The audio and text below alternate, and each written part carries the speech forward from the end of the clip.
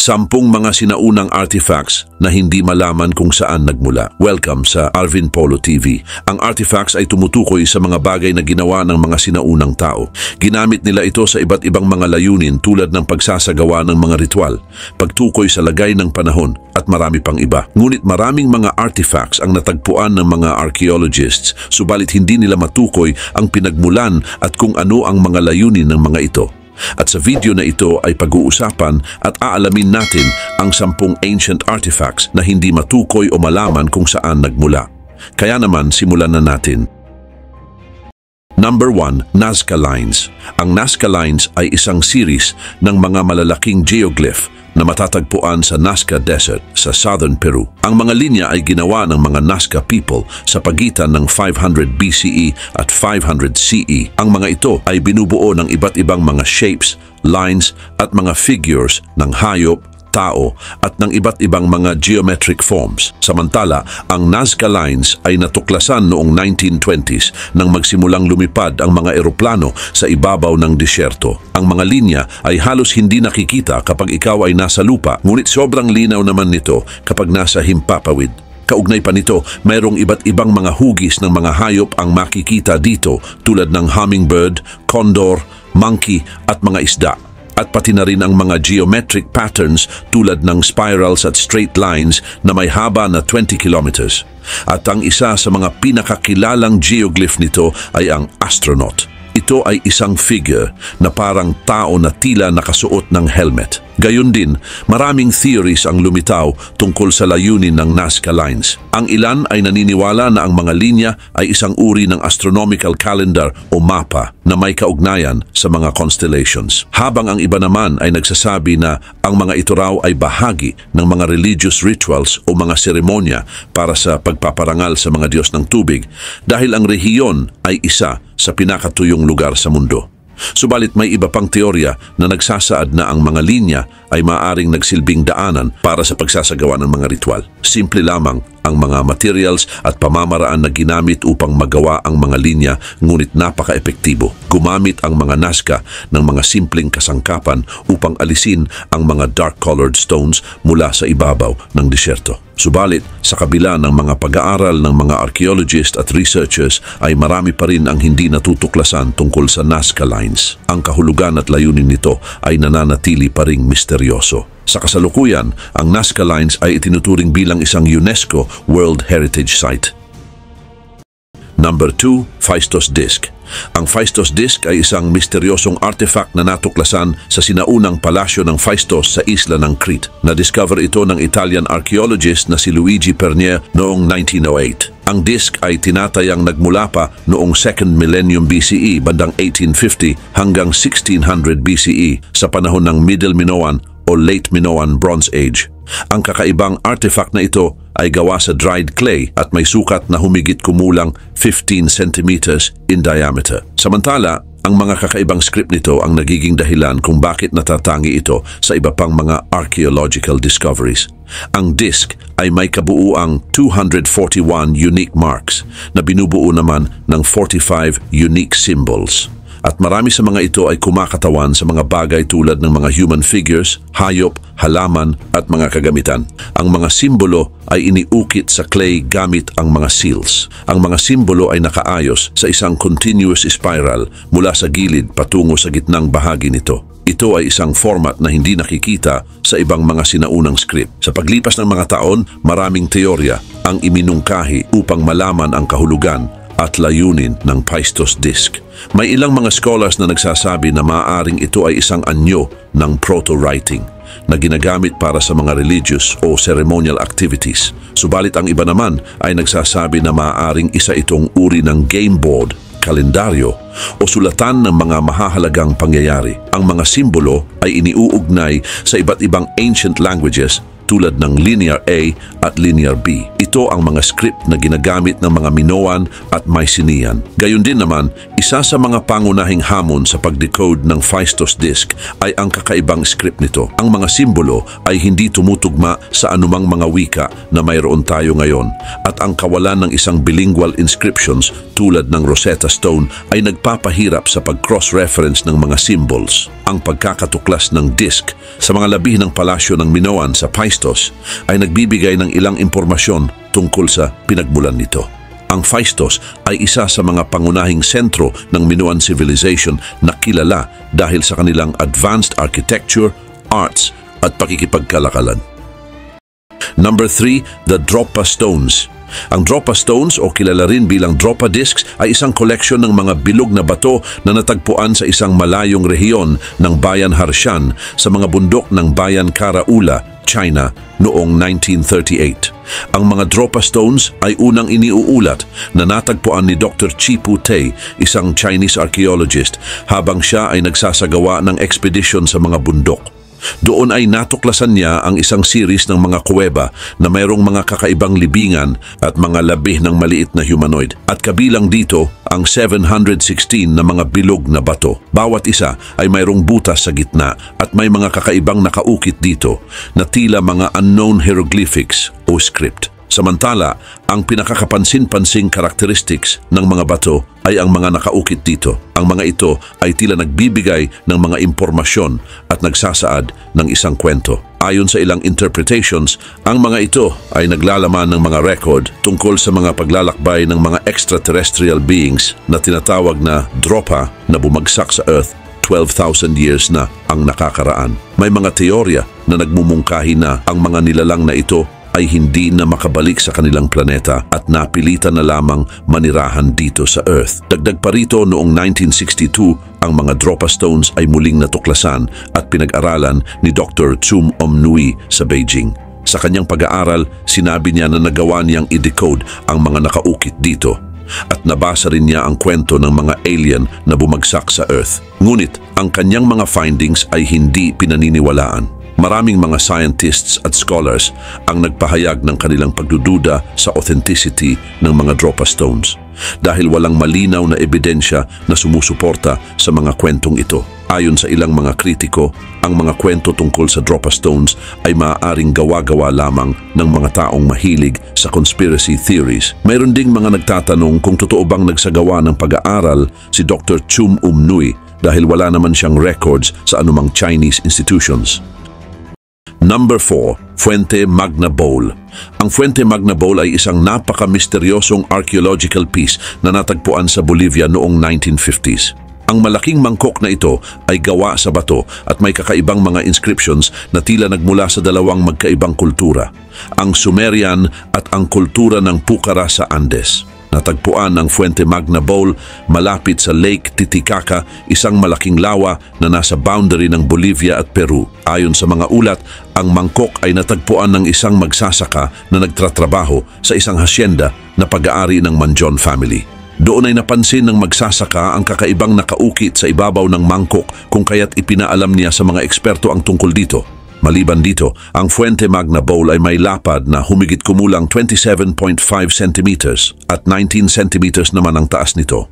Ang mangkok na ito ay gawa sa isang uri ng bato na tinatawag na andesite.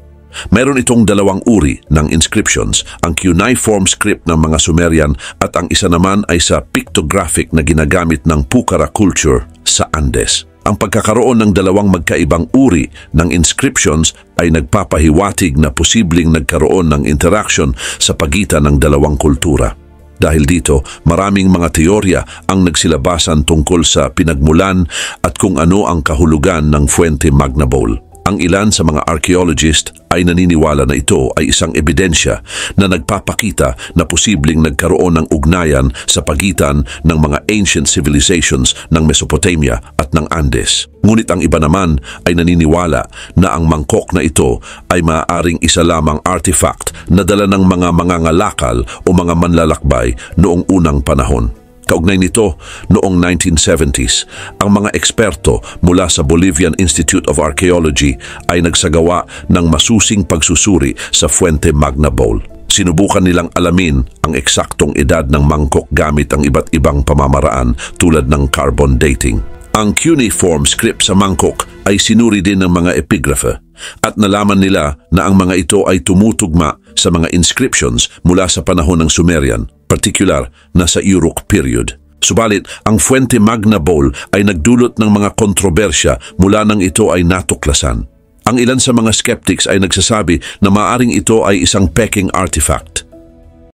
Number 5. Antikythera mechanism. Ang Antikythera mechanism ay isang sinaunang mechanical device na natuklasan noong 1901 sa isang lumubog na barko malapit sa isla ng Antikythera sa Greece. Itinuturing ito bilang kauna-unahang analog computer na ginagamit upang i-calculate ang mga positions ng mga planeta at mga solar at lunar eclipses. Ang device na ito ay may edad na mula 150 BCE hanggang 100 BCE at ito ay gawa sa mga gears. Ang mechanism ay binubuo ng mahigit 30 interlocking bronze gears at may kasamang mga inscriptions na nagpapaliwanag tungkol sa mga mechanisms at mga calculations nito. Samantala, ang pangunahing part naman ng mechanism ay isang complex system ng mga gears na nagpapakita ng paggalaw ng araw, buwan at mga kilalang planeta sa mga panahong iyon. Ang front dial ay nagpapakita ng mga zodiac signs at kalendaryo, habang ang likod na bahagi naman ay nagpapakita ng mga cycles ng mga eclipse at iba pang mga astronomical phenomena. Kaugnay nito, ang mga scientists at mga historians ay nagsagawa ng iba't ibang mga pag-aaral upang muling buuin at maunawaan ang mechanism na ito. At noon ngang 1950s, ang British scientist na si Derek de Solla Price ay nagsagawa ng mga pagsusuri gamit ang X-ray at gamma ray. Ang kanyang pag-aaral ay nagdulot ng mga bagong idea sa larangan ng ancient technology at mechanical engineering. Bukod dito, ang Antikythera mechanism ay mayroon ding malaking impluensya sa kasaysayan ng science at technology. Nagpapakita ito ng mataas na antas ng kaalaman sa astronomy at mathematics ng mga ancient Greeks. Ang kanilang kakayahan na gumawa ng isang ganitong complicated device ay nagpapahiwatig ng kanilang advanced na kasanayan pagdating sa technology. Sa kasalukuyan, ang Antikythera mechanism ay matatagpuan sa National Archaeological Museum sa Athens, Greece. Number 6. London Hammer. Ang London Hammer na tinatawag ding London Artifact ay isang misteryosong bagay na natagpuan noong 1936 malapit sa lungsod ng London, Texas. Ang artifact na ito ay binubuo ng isang martilyo na nasa loob ng isang bato. Noong 1936, si Max Hahn at ang kanyang asawa ay namamasyal sa Red Creek malapit sa London, Texas, nang makita nila ang isang kakaibang piraso ng bato na may nakalabas na kahoy. Pagkatapos nito ay inuwi nila ang bato at binasag ito. Natuklasan nila ang isang lumang martilyo na nasa loob ng konkresyon. Ang ulo ng martilyo ay gawa sa bakal habang ang hawakan ay gawa naman sa kahoy, ngunit ang hawakan na ito ay bahagyang nag-fossilize na at nagpapahiwatig na ang martilyo ay matagal nang nakapreserve. Dagdag pa dito, ang ulo ng martilyo ay gawa sa mataas na pure iron na may 96.6% ng iron, 2.6% ng chlorine at 0.74% ng sulfur. Ang pagkakaroon nito ng chlorine ay bihira lamang sa makabagong proseso ng paggawa ng bakal, kung kaya't ang artifact na ito ay pinaniniwalaang ginawa noong sinaunang panahon. Ngunit ayon sa ilang mga pagsusuri, ang bato na nakabalot sa martilyo ay maaaring may edad na umaabot sa 100 million hanggang 400 million years base na rin sa geological dating nito. Pero marami din namang mga eksperto ang nagdududa sa mga statement na ito. Maraming mga theories ang lumabas tungkol sa pinagmulan ng London Hammer. Ang ilan ay naniniwala na ito ay patunay na mayroong advanced civilization na nag-exist milyon-milyong taon na ang nakalilipas.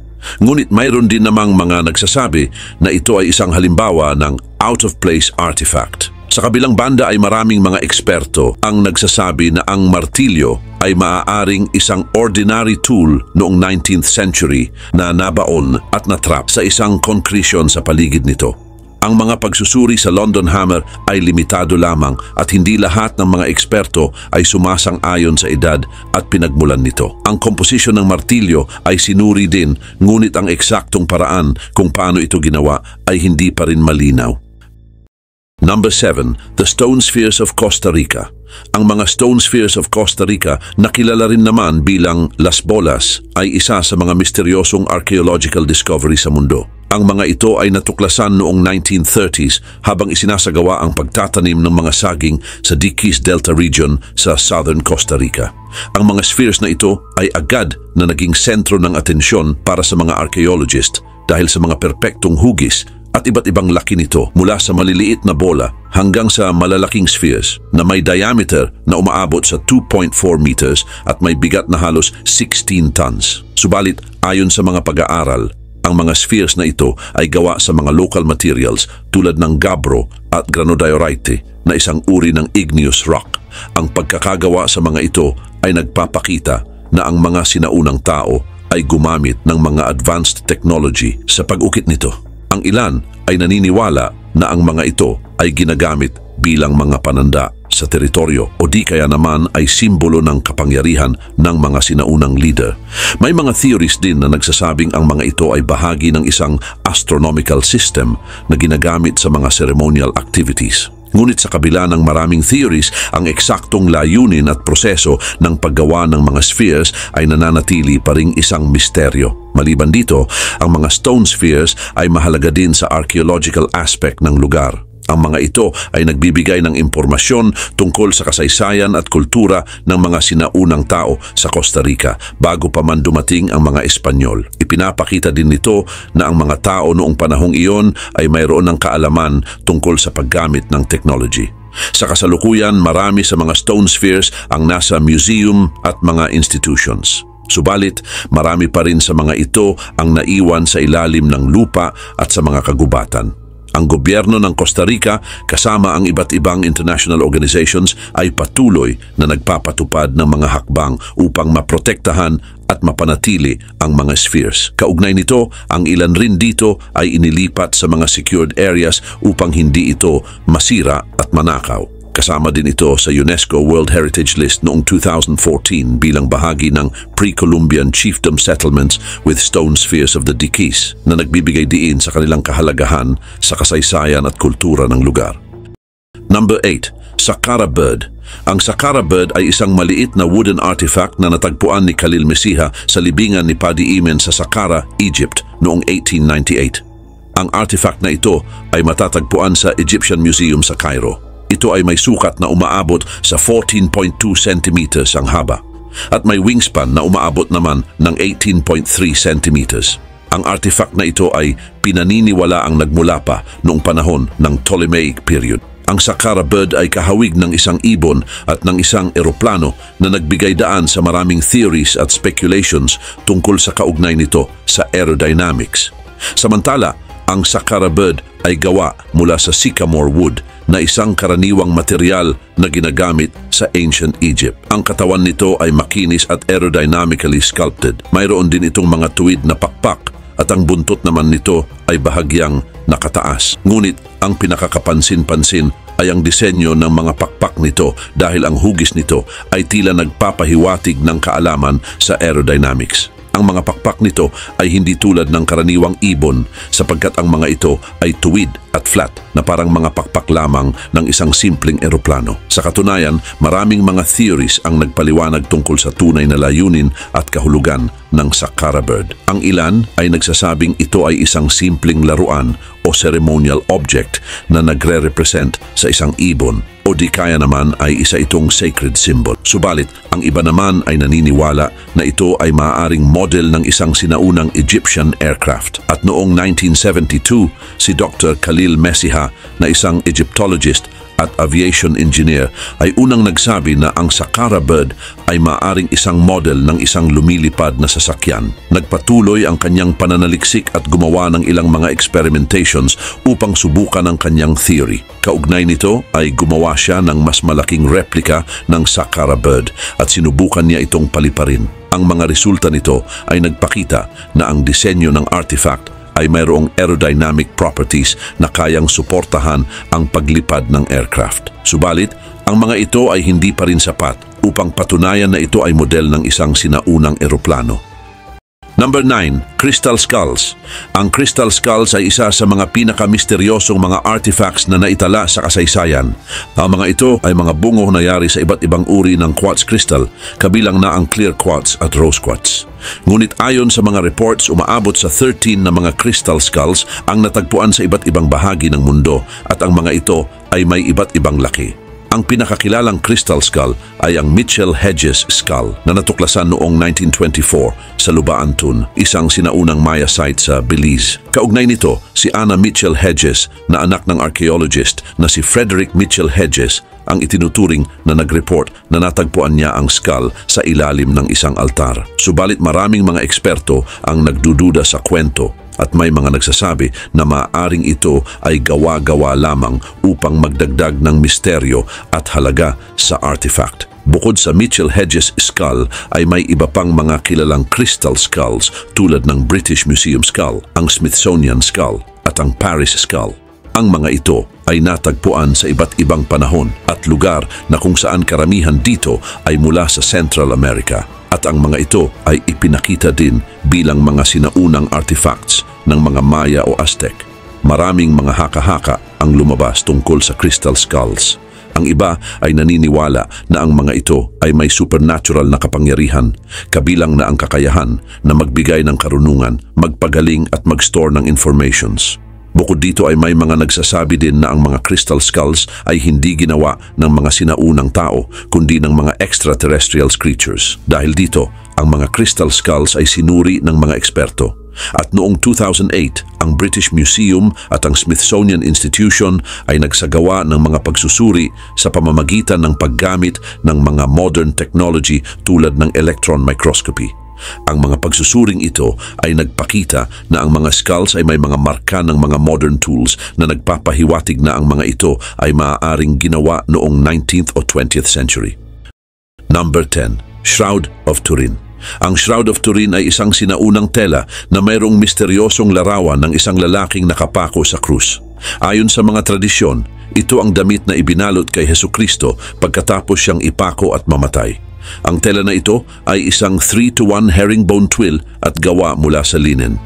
Ang larawan sa shroud ay nagpapakita ng harap at likod ng isang lalaki na may mga sugat na katulad ng pagpapako sa krus at mayroon din namang mga marka ng sugat sa mga kamay, paa at tagiliran. Samantala, ang shroud ay unang lumabas noong 1354 sa Lirey, France at ipinakita ito ng pamilya ni Geoffroy de Charny. Noong 1578 naman, ang shroud ay inilipat sa Turin, Italy at dito na ito nananatili hanggang sa kasalukuyan.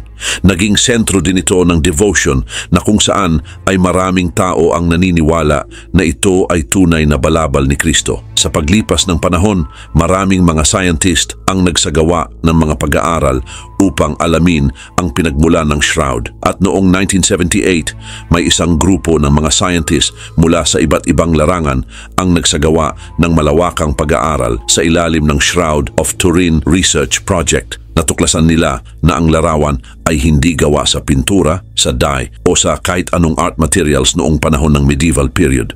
Subalit noong 1988, tatlong magkakahiwalay na laboratories ang nagsagawa ng radiocarbon dating sa mga piraso ng shroud at natuklasan nila na ang tela ay nagmula sa pagitan ng 1260 at 1390 AD. Dahil dito, ang shroud ay pinaniniwalaan na isang medieval forgery. Ngunit ang mga sumunod na pag-aaral ay nagsasabi na maaaring ang mga samples na ginamit para sa dating ay contaminated o nagmula sa mga bahagi ng tela na na-repair sa medieval period. At noong 2005, isinulat ng researcher na si Raymond Rogers na ang mga samples na ginamit sa radiocarbon dating ay hindi lahat bahagi ng shroud dahil ang mga ito ay naglalaman ng mga cotton fibers at mga dye na hindi makikita sa natitirang bahagi ng tela. Sinabi rin niya na ang shroud mismo ay maaaring mas matanda pa kaysa sa mga resulta ng radiocarbon dating. Dagdag pa dito, ang Italian scientist na si Giulio Fanti at ang kanyang team ay gumamit ng iba pang mga technology noong 2013 upang pag-aralan ang shroud at ayon sa kanilang estimation, ang shroud ay maaaring mula pa noong panahon ng 300 BC hanggang 400 AD na mas malapit sa panahon ni Kristo. Ang kanilang mga pagsusuri ay batay din sa mga mechanical at infrared spectroscopic analysis ng mga fibers ng shroud. Sa kabila ng maraming pag-aaral at pagsusuri, ang tunay na pinagmulan ng Shroud of Turin ay hindi pa rin alam hanggang sa kasalukuyan.